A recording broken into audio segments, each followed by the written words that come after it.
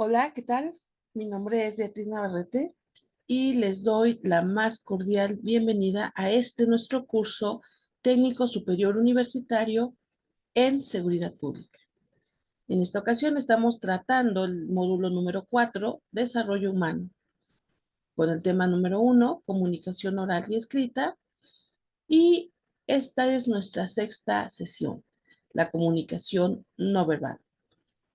Consideraremos cuáles son los factores asociados al comportamiento y al lenguaje verbal. Y para ello, nuestro objetivo particular es que al finalizar la sesión, el alumno identificará las características de la comunicación no verbal y cómo ésta impacta en la comunicación verbal. Pero antes me gustaría que hiciéramos un muy breve repaso por la sesión anterior para poderla hilar con la sesión de hoy. Como ustedes recordarán, hemos estado describiendo cuáles son las características de la comunicación no verbal y cuáles son los factores que influyen fuertemente en ella. La semana pasada nos abocamos a varios de los factores que están asociados al comportamiento que se da y que emitimos con la comunicación no verbal. Como ustedes recordarán, comenzamos hablando de la cinética. Acuérdense ustedes que la cinética podríamos resumirla brevemente en todos aquellos gestos y movimientos que hacemos y que comunican algo, aunque nosotros no lo estemos expresando de manera verbal, aunque no lo estemos diciendo con todas las palabras, lo estamos expresando. Y estos factores asociados al comportamiento, entre ellos la cinética, son importantes reconocerlos y estudiarlos para poder comprender plenamente qué es lo que el otro me está diciendo, pero ojo, no con palabras, para poder identificar la congruencia que hay entre lo que verbaliza y lo que muy probablemente en verdad sienta. Así, por ejemplo, tenemos que dentro del estudio de la cinética vamos a identificar qué significan ciertos gestos, ¿verdad? Con el rostro. Em, por ejemplo, las expresiones faciales y la forma en que miramos o la zona a la que dirigimos los ojos. Eso comunica. Los saludos, pero también los movimientos con una mano o con ambas manos. Eso también expresa muchas cosas. Las posturas y el contacto corporal. Cómo me siento, cómo me paro, cómo estoy formada en una fila y también qué tanto me acerco o no me acerco a mis interlocutores. Dijimos que aunque mucho de esto es cultural, hay algunas expresiones que son universales. Por ejemplo, el saludo. Saludar al interlocutor es universal, aunque la forma de hacerlo puede ser diferente. ¿Sí? Todas las culturas en diferentes tiempos han tenido sus propias maneras de saludar. Bien, la semana pasada, la sesión pasada, también hablamos acerca de la proxémica. En este caso, señalamos que em, tiene que ver o está muy relacionado con esto que decíamos del contacto corporal. Ujú. ¿En qué momento de una relación nos encontramos? ¿A qué nos referimos? A que, por ejemplo, cuando una relación es segura, es íntima, por ejemplo, la relación con nuestros padres y hermanos, pues aceptamos eh, mucha cercanía con la pareja, con el ser amado, aceptamos mucha cercanía. Con algunos compañeros con los que nos sentimos a gusto, pero que no precisamente sean nuestros grandes amigos, utilizamos una distancia un poco mayor. Y con las personas que no conocemos, pues obviamente una distancia aún más.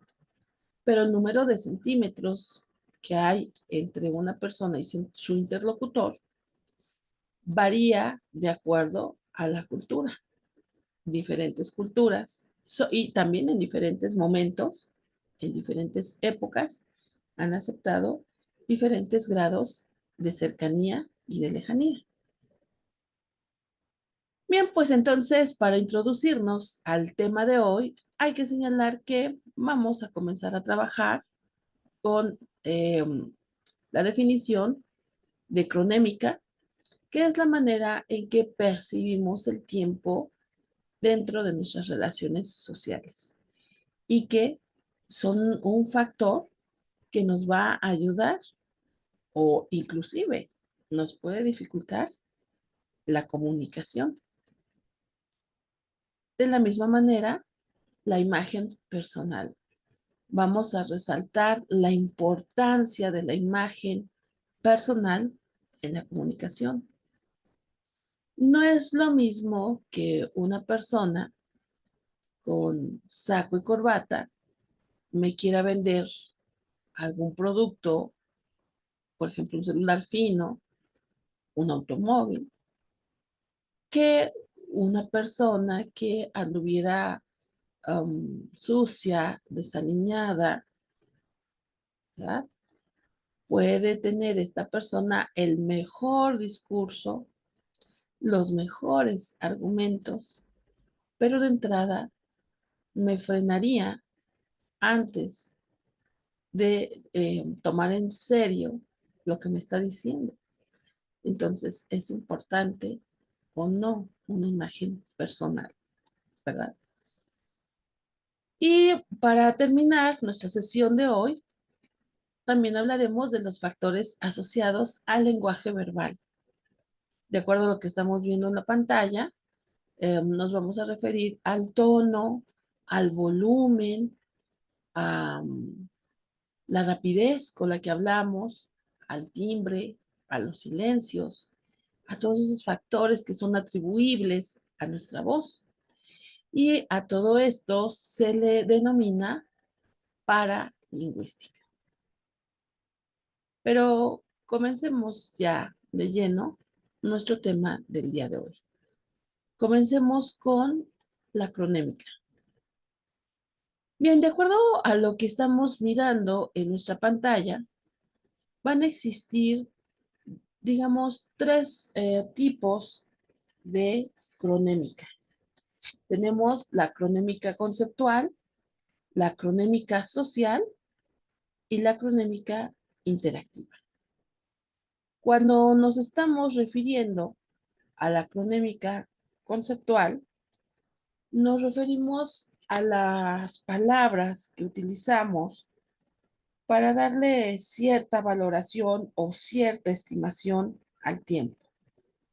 Hablamos también de la importancia que se le da a ese tiempo, el valor cultural de ciertas situaciones, de ciertos conceptos, como por ejemplo la puntualidad versus la impuntualidad, la prontitud versus la tardanza y la utilización de palabras como ahorita, enseguida, en un momento.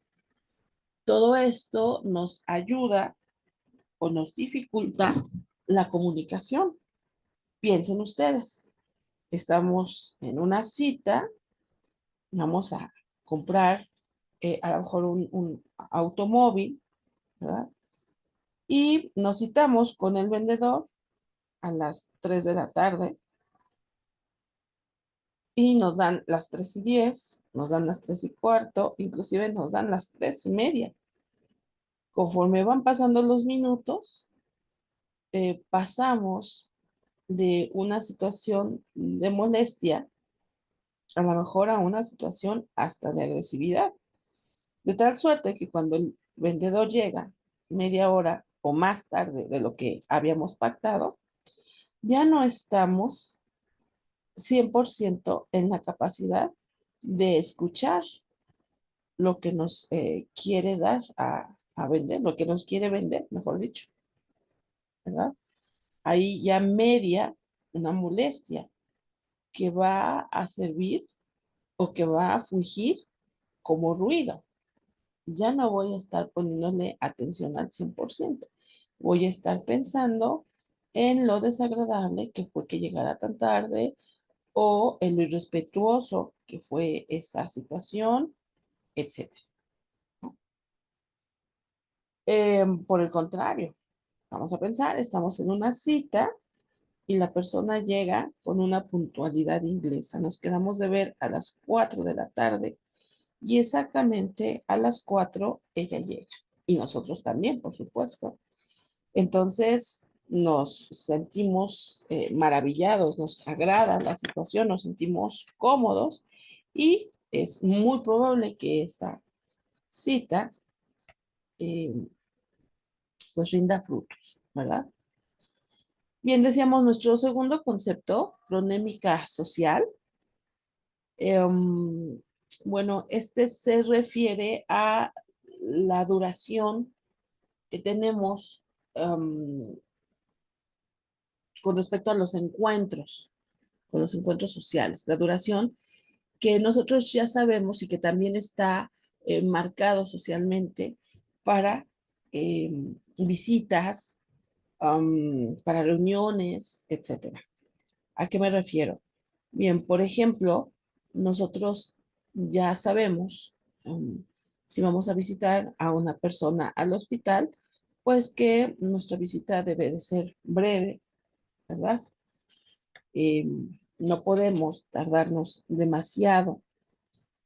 ¿Cuánto tiempo le vamos a dedicar, por ejemplo, a una reunión? Pensemos en el caso de una fiesta que es de salón y que nos han dicho que va a terminar a las 2 de la mañana.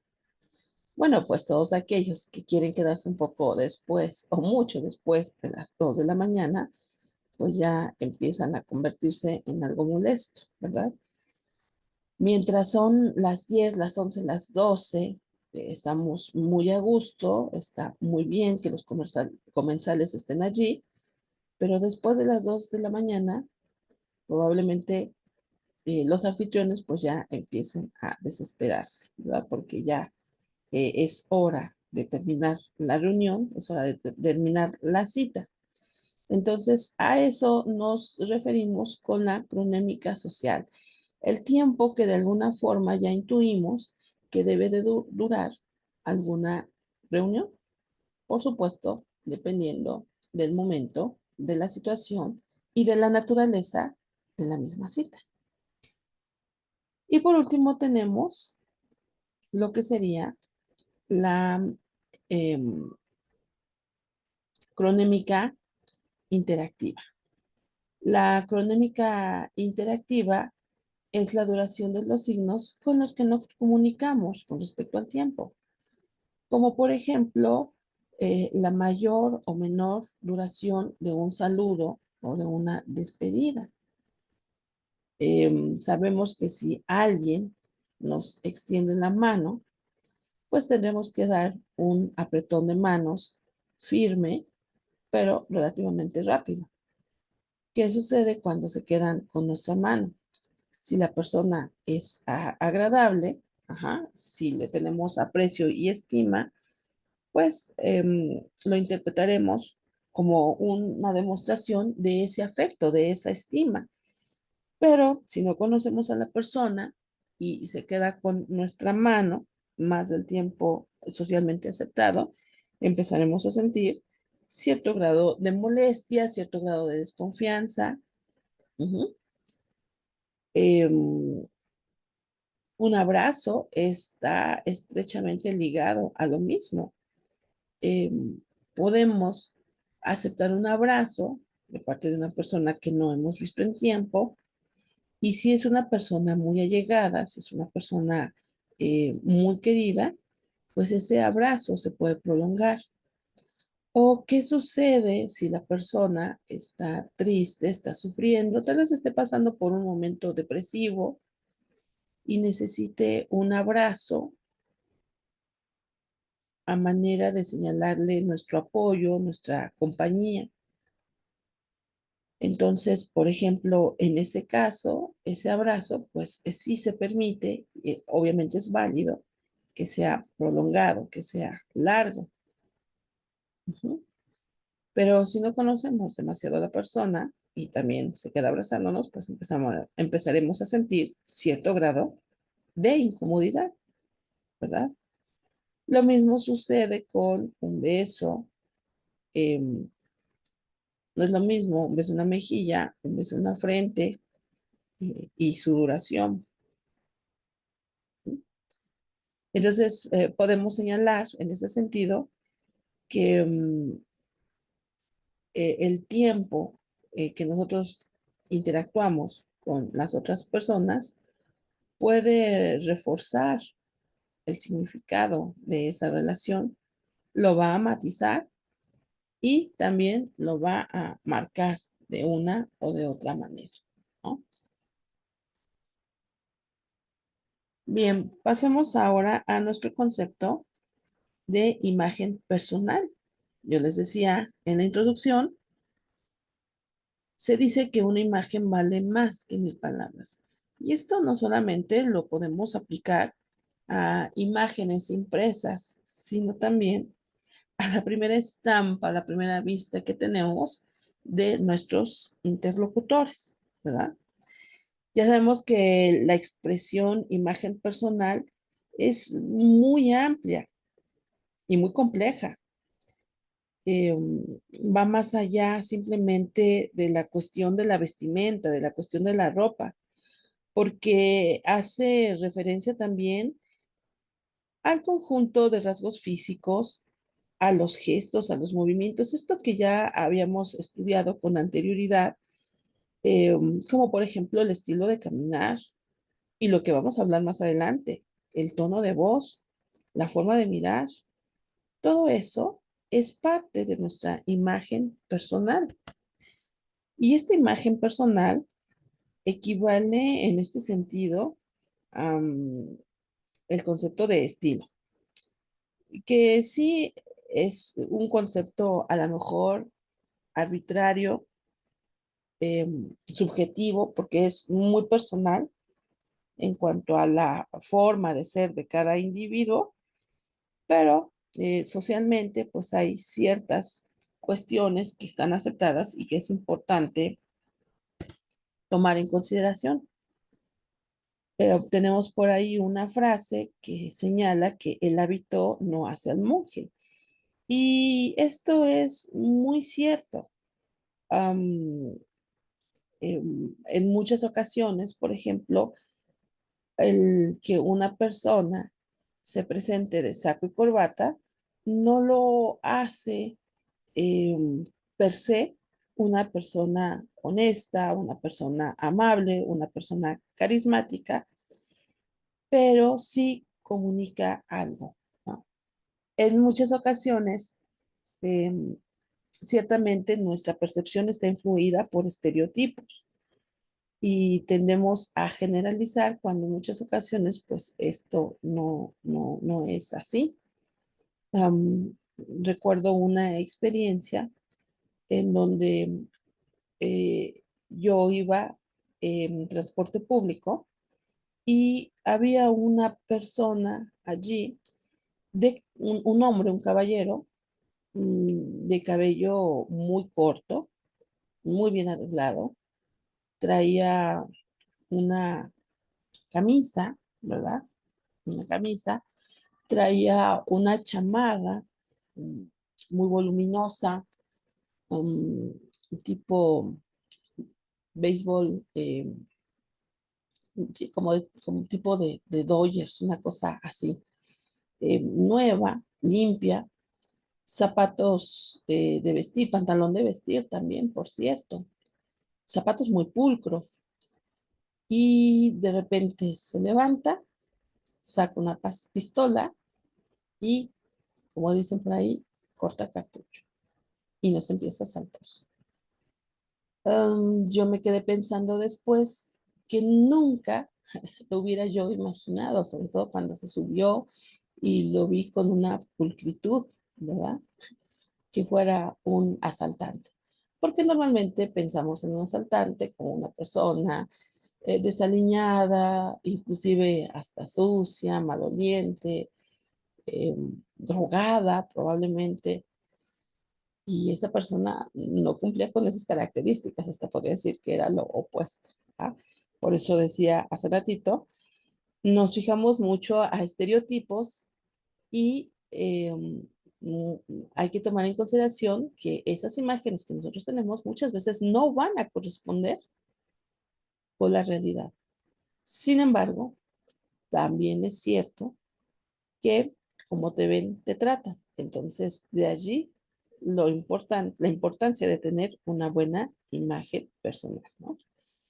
Es necesario distinguir el estilo de una persona cuando tenemos una relación, digamos, informal, que cuando es un estilo profesional. O sea, por ejemplo, la manera en que algunas personas pueden presentarse, digamos, en el ambiente laboral, a lo mejor, a lo que, a la forma en que se visten o a la forma en que se presentan en público cuando están en situaciones informales, ¿verdad?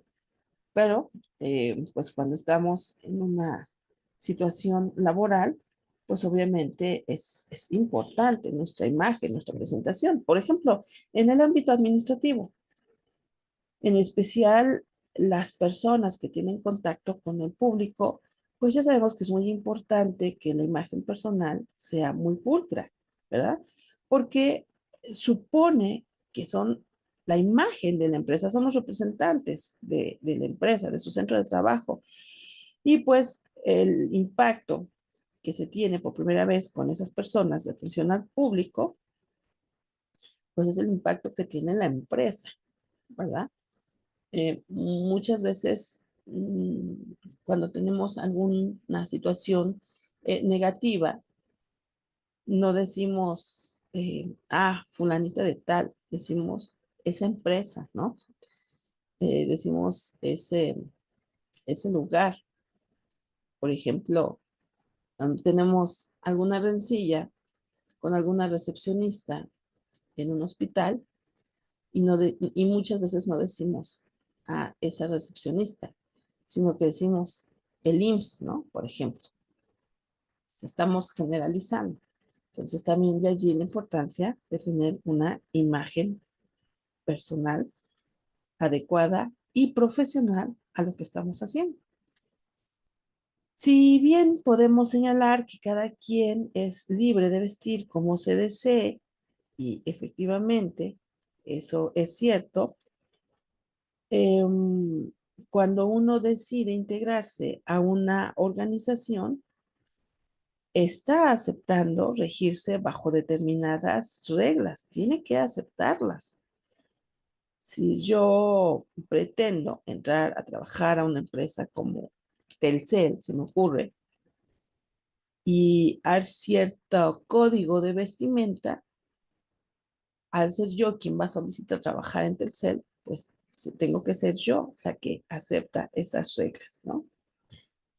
De hecho, determinadas empresas, determinadas organizaciones, tanto empresariales como no empresariales, dictan ciertas normas más o menos concretas o um, fijas relativas a la presentación y a la apariencia personal de sus empleados. Por ejemplo, pensemos los empleados de un banco, la pulcritud que presentan ellos, las cajeras que están directamente relacionadas con el público, la presentación de sus manos y de sus uñas, ¿verdad? Eso es parte de su imagen personal. Entonces, en este sentido, debemos de buscar lograr una presentación y una apariencia personal adecuadas porque eso está comunicando. Ese es el punto central de nuestro tema, ¿verdad? está comunicando. Por ejemplo, tratemos de no ir demasiado elegantes a una reunión informal, porque de lo contrario, pues estamos emitiendo cierto mensaje. O al contrario, ir demasiado informal, demasiado desenfadado a una ocasión más importante y más formal, porque entonces desencajamos. Nuestro aspecto puede provocar eh, ante los demás, pues cierta inseguridad, cierta incomodidad, hasta inclusive podríamos decir cierto desprecio, ¿no? Eh, para ir cerrando entonces este tema, hay que señalar que el aspecto exterior, eh, pues suele expresar una fuerte carga comunicativa, ¿no? Em, por ejemplo, pensemos en la falta de correspondencia entre lo que una persona dice y la imagen que provoca, lo que yo les mencionaba, em, alguien que me quiere vender un automóvil que se presente eh, desaliñado o con mal aspecto, ¿no? La imagen que teníamos aquí, pues eso nos hace dudar, eso nos hace desconfiar. En cualquier caso, siempre debemos de tomar en cuenta la indumentaria que estamos utilizando y lo que queremos comunicar hacia el exterior, ¿no? Es importante eh, la manera en que nos vestimos porque está comunicando algo. Nos puede comunicar inclusive seguridad, depresión, tristeza, etcétera. Bien, es hora de pasar entonces a estos aspectos, decía yo al inicio, de la conducta, ¿no? Estos factores que nos transmiten cierta comunicación a través de la voz. Y pues para esto vamos a comenzar a hablar del concepto de paralenguaje, ¿no? Se dice que cuando nosotros nos comunicamos de manera verbal, vamos a emplear un determinado tono y timbre de voz, así como un volumen pues, más alto o más bajo, dependiendo de la situación en la que nos encontremos. Podemos también ir hablando más rápido o más despacio, hacer pausas, etcétera. Y estas van a ser características que si bien no pueden ser consideradas como verbales, sí están comunicando algo, porque nos están ayudando a identificar las emociones de nuestro interlocutor, las emociones, las intenciones, y nos dicen tanto como el mensaje en sí. Ajá. Entonces, a esto le vamos a llamar paralingüística. Em, Porque nos deja entrever si nuestro interlocutor está nervioso, si está enojado, si está triste. La verdad es que la persona puede no decirnos en ningún momento de manera categórica cuál es el estado de ánimo que tiene, pero nosotros lo vamos a intuir a partir de estas características paralingüísticas, ¿no? Vamos a señalarlas como características físicas del sonido y modificadores fónicos. Fónico tiene que ver con sonido. Y entonces decíamos, por ejemplo, tenemos el tono de la voz, el timbre de nuestra voz, la calidad y o la intensidad, ¿no? Em, por ejemplo, empecemos con el tono. Es muy importante emplear el tono adecuado en nuestras comunicaciones. Es fundamental para transmitir a nuestro interlocutor exactamente aquello que queremos transmitir, aquello que queremos comunicar, ya que emplear un tono de voz inadecuado, pues puede distorsionar el mensaje que queremos transmitirle, ¿no? Se dice que existen, digamos, tres tonos cuando nosotros estamos hablando. Em, Podemos tener un tono ascendente que expresa duda, indecisión o interrogación. Por ejemplo, cuando decimos, em, ¿es cierto eso? Ahí tenemos un tono ascendente. Pero también tenemos un tono descendente que transmite firmeza, determinación y confianza. Bien, entonces esto lo vamos a hacer de esta forma. Ahí estamos transmitiendo firmeza. Y tenemos también un tono mixto que sugiere ironía y sarcasmo. Am, por ejemplo, cuando decimos, oh, sí, me gustó mucho, pero ahí está ese tono de sarcasmo. Dependiendo de los diferentes autores, pues también tenemos algunos otros conceptos como los que vemos aquí en la imagen. Imperativo cuando estamos ordenando, colaborando cuando queremos ayudar, o didáctico, que probablemente sea el tono que estoy empleando en este momento, porque estamos en una situación de aprendizaje. Bien, también vamos a hablar de el ritmo. El ritmo es otra de las características de la voz que también comunica. Fíjense ustedes. Eh, Como ya lo dije en varias ocasiones, no necesariamente me estoy refiriendo a los conceptos que estoy utilizando de manera directa, pero a través de cuestiones como el ritmo también vamos a comunicar. Para que nuestro lenguaje sea entendible, debemos emplear un ritmo de entre 100 y 150 palabras por minuto.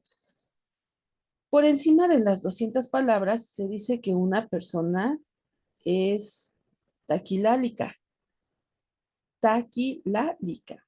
Es decir, que habla muy deprisa y por eso mismo podemos tener problemas para entenderlo. Ahora bien, también cuando una persona habla demasiado rápido, podemos inferir que se encuentra demasiado nerviosa. Y además, como está hablando demasiado rápido, algunas palabras pueden no ser pronunciadas adecuadamente. Puede ser que las entrecortemos inclusive. Y el lado contrario, es decir, una persona que habla a menos de 100 palabras por minuto es bradylálica. Bradylálica. Es decir, que su ritmo es muy lento y puede aburrir. Y recuerdo algunos políticos, sobre todo políticos de los años 60 y de los años 70, cuya manera de hablar era bastante lenta, ¿verdad? Entonces ahí identificamos la importancia de tener un ritmo promedio. Recuerden ustedes, de 100 a 150 palabras aproximadamente por minuto, perdón, sería la forma adecuada, sería mm, el ritmo adecuado. No ligero, sino normal y tampoco pausado. Después tenemos el concepto de volumen. Ajá. El volumen de la voz se relaciona con la intensidad con la que hablamos. Y lo vamos a emplear para poner énfasis, para regular e inclusive para alterar el proceso de la comunicación. Generalmente un volumen bajo nos indica timidez, sumisión, tristeza, inseguridad,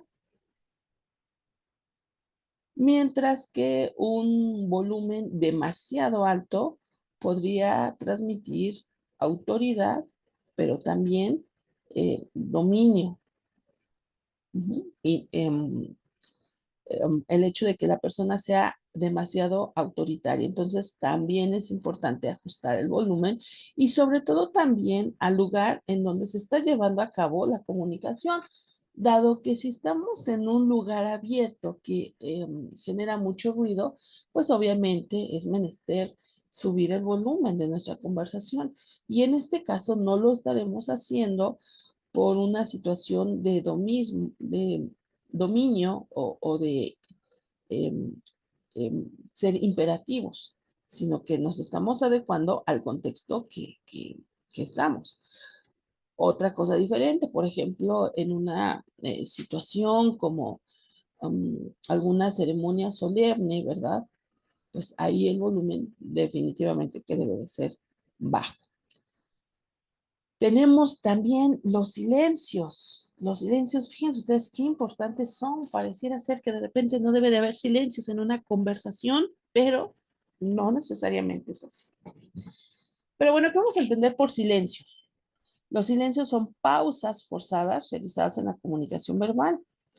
Hay ocasiones en que es necesario no decir cosas y no por eso cerramos la comunicación. Al contrario, con un silencio estamos expresando otras cosas.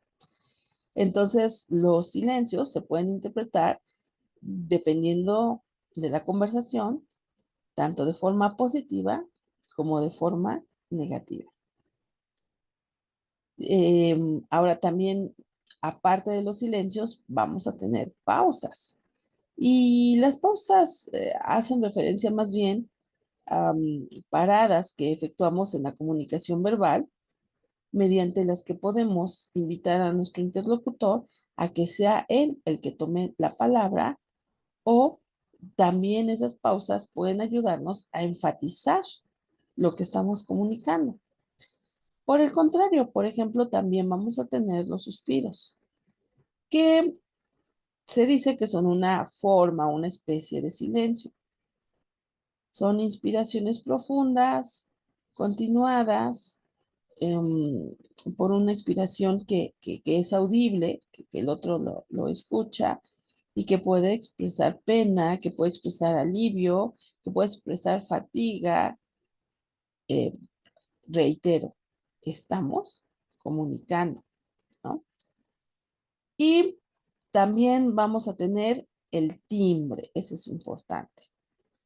Em, el timbre de voz se refiere al registro que nos permite distinguir a una persona de forma inmediata. Por ejemplo, si conocemos el timbre de voz de alguna persona cercana a nosotros, en el momento en que la oímos, aún sin verla, perdón, sabemos de quién se trata, ¿verdad? Podemos em, escuchar su voz, su timbre detrás de la puerta y decir, oh, ha llegado mamá, ¿no? O ha llegado mi hermano. Se dice que existen 4 grados de timbres. Am, el que es bajo, medio bajo, alto y muy alto, ¿no? Em, a final de cuentas, estos componentes nos comunican, nos dan información, ¿no? Los sonidos fisiológicos o emocionales, como por ejemplo, vamos a tener el llanto, la risa, decíamos hace ratito el suspiro, el garraspeo, el bostezo. Todos estos son sonidos que nos comunican estados de ánimo, aunque también en algunas ocasiones nos ayudan a calificar em, las frases, las oraciones que nuestro interlocutor está emitiendo y también nos ayudan a regular la conversación, como por ejemplo en el caso de la risa, nos indica pues alegría por parte de nuestro interlocutor, ¿no? Si es cierto tipo de risa, pues a lo mejor nos está transmitiendo nerviosismo. Ujú. Em, una risa, digamos, más alegre nos puede comunicar que la persona está de acuerdo con nosotros, que está siguiendo la conversación, además de todo, porque imagínense que yo le estoy verbalizando un chascarrillo, un chistecito, y la otra persona no se ríe, o al menos no sonríe, pues probablemente me esté ahí señalando que aunque está frente a mí, no me está poniendo atención, ¿no? Es decir, no se le está dando seguimiento a la verbalización. Entonces, estos sonidos fisiológicos también están comunicando, ¿no? Y en muchas ocasiones nos ayudan para identificar el momento en que va el turno del interlocutor para continuar la charla. Y obviamente, pues el momento en el que yo me tuviera que callar para cederle la palabra. Por último, tenemos los elementos cuasi léxicos, ¿sí? Que tenemos aquí en nuestra imagen, como por ejemplo ciertas vocalizaciones, las llamadas onomatopeyas y las consonantizaciones, mejor llamadas interjecciones, ¿no? Em, por ejemplo, cuando estamos hablando y hacemos referencia a que algo emite un sonido como de explosión y nosotros decimos ¡bom! Bueno, ahí tenemos una onomatopeya y esa onomatopeya nos ayuda a realzar el mensaje que estamos refiriendo, ¿no? O decimos, y se rompió, crack. Y entonces ahí estamos empleando otra onomatopeya que también nos está ayudando a realzar el comunicado que estamos haciendo. O decíamos las interjecciones. Por ejemplo, aquí tenemos en la imagen varias, ¿no? Que decimos, uy, no, entonces te fue muy mal, ¿verdad? O shh, estamos pidiendo silencio, a lo mejor para tratar de continuar expresando nuestro comunicado. Tenemos muchísimas, ¿verdad? Sas, va, ea, wow, uf, uf. Hay muchas interlocuciones.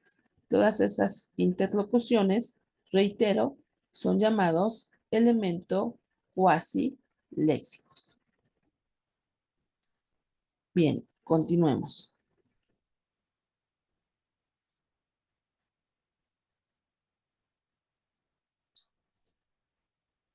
Vamos ahora a la función de la comunicación no verbal. Creo que hasta ahorita ha ido quedando claro cuál es la importancia no solamente de lo que estamos diciendo de manera verbal, el mensaje en sí, sino que también es importante quién lo está transmitiendo y la manera en que lo está transmitiendo. Pero esa manera en que lo está transmitiendo está confeccionada de muchas partes, de muchas cosas. Es importante, obviamente, ir atendiendo a todos esos aspectos, todas esas funciones de la comunicación no verbal. Estos signos no verbales pueden ir acompañados de algunos signos verbales o pueden emplearse de manera aislada. A veces también junto a otros signos de nuestro sistema no verbal. ¿A qué me refiero? Por ejemplo, si queremos expresar que una comida es muy sabrosa, en muchas ocasiones no bastará simplemente con que lo diga de manera verbal. Esta comida es muy sabrosa. Si yo lo digo de esta forma acartonada, probablemente el cocinero, la cocinera, crean que estoy siendo falsa. Entonces, ahí es importante, ¿sí? Utilizar esas herramientas auxiliares que serían la comunicación no verbal. Y entonces, por ejemplo, utilizar el paralenguaje que decíamos hace unos instantes. Mmm, ¿sí? Qué rica está esta comida. Pero cuando nosotros emitimos ese sonido de mmm, entonces allí se está volviendo, digamos, más creíble. Si además esto lo unimos con el gesto de pasar la lengua por nuestro labio superior y decimos qué rico, entonces estamos realzando esa comunicación, ¿no? Y que además hay otros elementos, ¿eh? O sea, la misma vista, el movimiento de nuestra cara, de los músculos faciales, le van a dar credibilidad y por lo tanto congruencia a lo que estamos diciendo. Y para nosotros, en nuestro trabajo, en nuestra labor profesional día a día, es importante que aprendamos a leer esas microexpresiones para identificar si hay congruencia de lo que estamos diciendo o de lo que nos están diciendo versus lo que verdaderamente está sintiendo la persona, ¿no? Entonces, estos signos no verbales se van a utilizar de manera consciente, pero aquí viene lo más importante, también de manera inconsciente, ya que nosotros podemos tratar de engañar a alguien y decir, no, eso no sucedió, pero nuestras microexpresiones, aun cuando el emisor eh, cuide sus palabras, cuide eh, la secuencia de su relato, no se va a dar cuenta de esas microexpresiones que está realizando de manera inconsciente. Y si nosotros como receptores ponemos atención a todos sus gestos, a su lenguaje corporal, a la manipulación, al movimiento, mejor dicho, de las manos, entonces vamos a captar esos actos comunicativos involuntarios. Vamos a ser capaces de identificar incongruencias que podrían estar existiendo.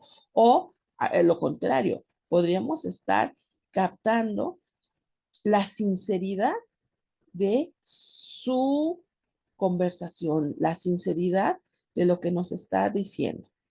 Entonces, son algunos de las cosas que vimos, como por ejemplo el cambio de postura, ¿no? Cuando queremos tomar el turno de la palabra, eh, si nuestro interlocutor nos está poniendo atención, se dará cuenta que queremos hablar y entonces será más fácil que nos ceda la palabra o al revés, ¿verdad? Si nosotros nos damos cuenta de cómo nuestro interlocutor está cambiando de postura, podemos identificar que quiere tomar la palabra, ¿no?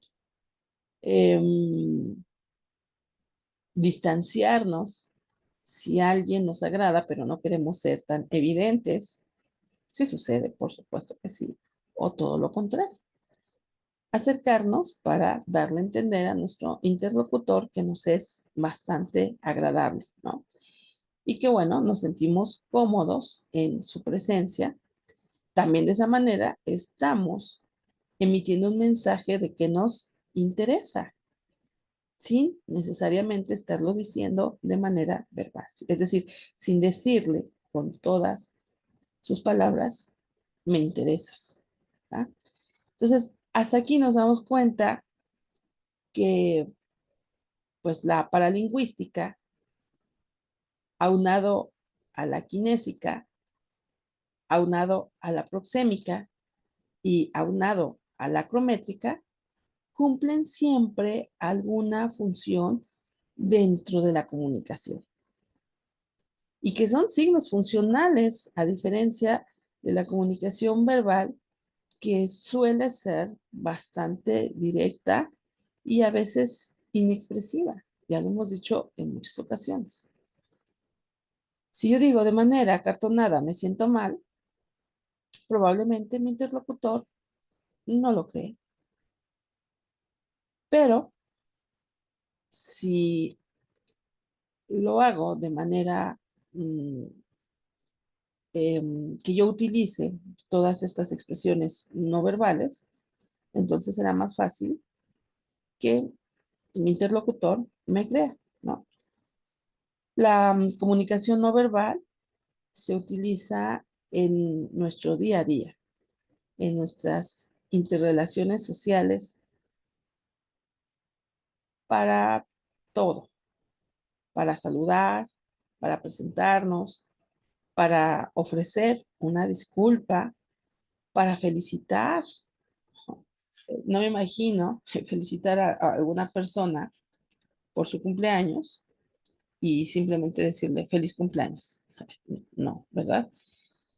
Para agradecer, um, para poner en evidencia la estructura social, cuál es, por ejemplo, nuestro grado de jerarquía, si somos los líderes o si somos los subalternos. Eso también tiene mucho que ver con todos estos elementos, tanto de paralingüística como de kinestesia, proxémica, etcétera, ¿no?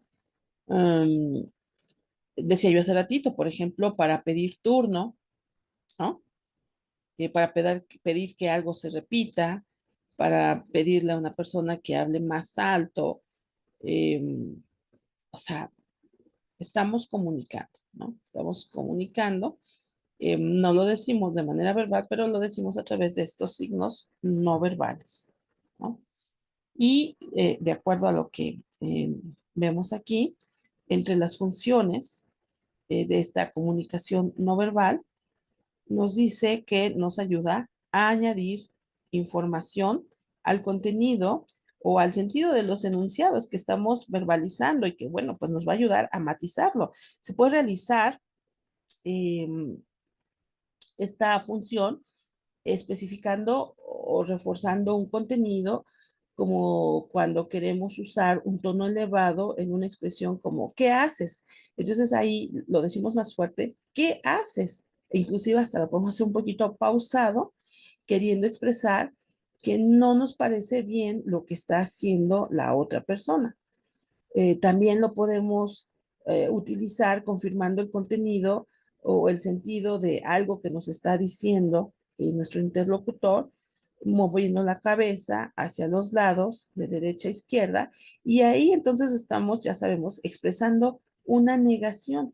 Si esa negación, más bien dicho, ese movimiento de cabeza de izquierda a derecha va a reforzar lo que yo estoy diciendo verbalmente.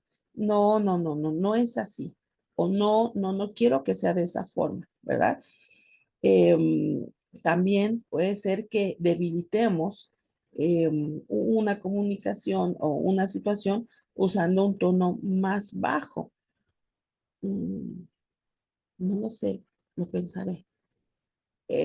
Ahí, por ejemplo, estamos también expresando. Em, si, por ejemplo, estamos molestos y hablamos muy fuerte y además de todo emitimos la frase, yo no lo haría así, pues ahí también estamos entonces ayudando a reforzar mm, lo que estamos diciendo de manera verbal, ¿no? Y ante el interlocutor estamos dejando muy claro eh, el sentido de lo que estamos diciendo. Bueno, nos dice el segundo punto, sustituye al lenguaje verbal. En muchas ocasiones, por ejemplo, ya sabemos, en el caso de gestos, pero pues no sé, se me ocurre para impedir que alguien se acerque, eh, ponemos la mano o damos un paso atrás. Si estamos en un lugar donde hay mucho ruido y queremos que nos traigan la cuenta, podemos alzar la mano y hacer un movimiento diciéndole al mesero, a la mesera, que se acerque. Ajá. Entonces, ahí tenemos estos actos no verbales que van a sustituir al lenguaje. Probablemente en ese momento no podamos hablar. O si no queremos decir verbalmente, que hay que guardar silencio porque estamos en un momento solemne, pienso en una ceremonia religiosa, por ejemplo, le podemos levantar nuestro dedo índice, llevarlo hacia los labios y eh, hacer el gesto de que no debemos de hablar, ¿no? Y no estamos hablando, efectivamente, simplemente estamos realizando ese gesto, pero estamos comunicando, ¿no? Entonces, por eso dice que sustituye al lenguaje verbal. Subsana las deficiencias verbales. O sea, ayuda a resaltar, ¿no? Que es lo que hemos estado diciendo. O sea, para resolver problemas comunicativos por falta de conocimientos o por no recordar en ese momento algo preciso, de tal modo que se van a emplear elementos paralingüísticos como, um, um, a ver, ¿cómo les explico? Sí, se dan cuenta. A eso nos referimos con que está ayudando a arreglar esas deficiencias verbales, ¿no? Los actos no verbales van a sustituir en muchas ocasiones a los actos verbales cuando hacemos un gesto o no decimos nada. Por ejemplo, en los casos que hemos visto eh, em, como cuando señalamos con un dedo alguna situación, ¿no? Estamos indicando que nos estamos refiriendo a una persona específica. O sea, indicamos hacia la persona y estamos señalando que es esa persona a la que nosotros necesitamos en ese momento, ¿no? Favoreciendo las conversaciones simultáneas, como cuando una persona habla por teléfono y quiere comunicarse también con otra persona que está en su presencia.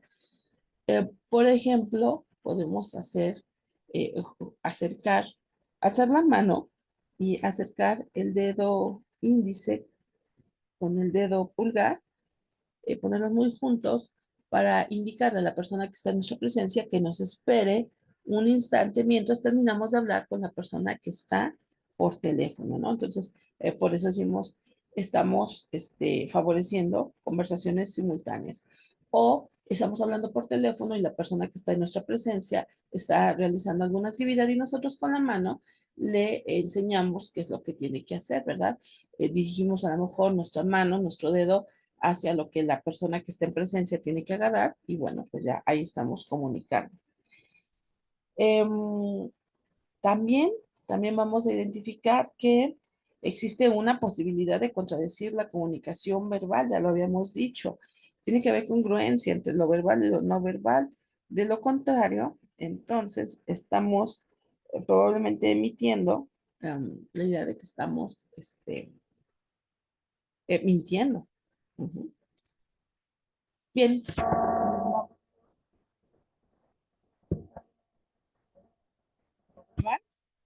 em, de acuerdo a todo lo que hemos estado diciendo en estas últimas 3 sesiones, pues la necesidad de aprender los signos no verbales de una lengua viene determinada por pues las interpretaciones erróneas que puede haber en la comunicación verbal. Entonces, es importante que nosotros identifiquemos eh, obviamente de primera mano, de primera instancia, en nuestro idioma, en español, qué significan estos diferentes rasgos no verbales, ¿no? Eh, por ejemplo, eh, dentro de nuestra cultura, qué implica una mirada y qué diferencia hay de esa mirada, por ejemplo, en otras culturas, ¿no? Por ejemplo, las culturas orientales donde el contacto visual es más corto y quedar viéndonos a una persona pues puede ser desagradable para las personas de la otra cultura, ¿no? Los asiáticos. Entonces, aquí solamente quiero resaltar que los signos no verbales mm, son mayoritariamente no universales. Es decir, solamente son muy pocos, son unos cuantos los signos universales. Yo decía hace ratito, por ejemplo, este, el saludo, todos nos saludamos, pero nos saludamos de diferente manera, ¿no?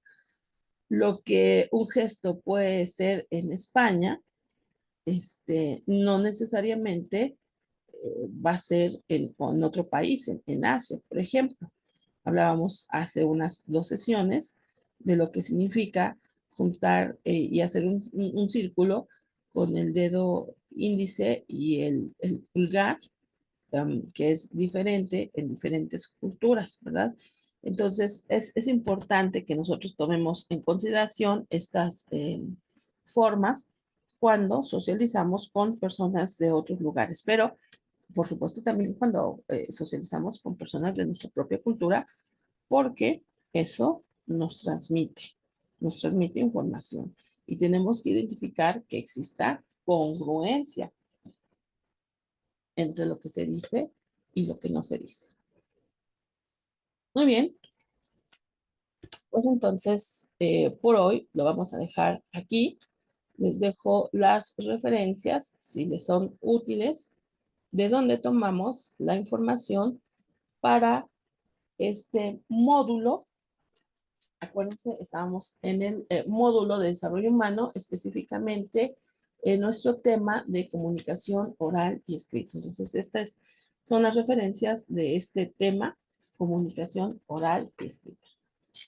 Agradezco su atención y los invito para continuar en el módulo número 2. Muchas gracias.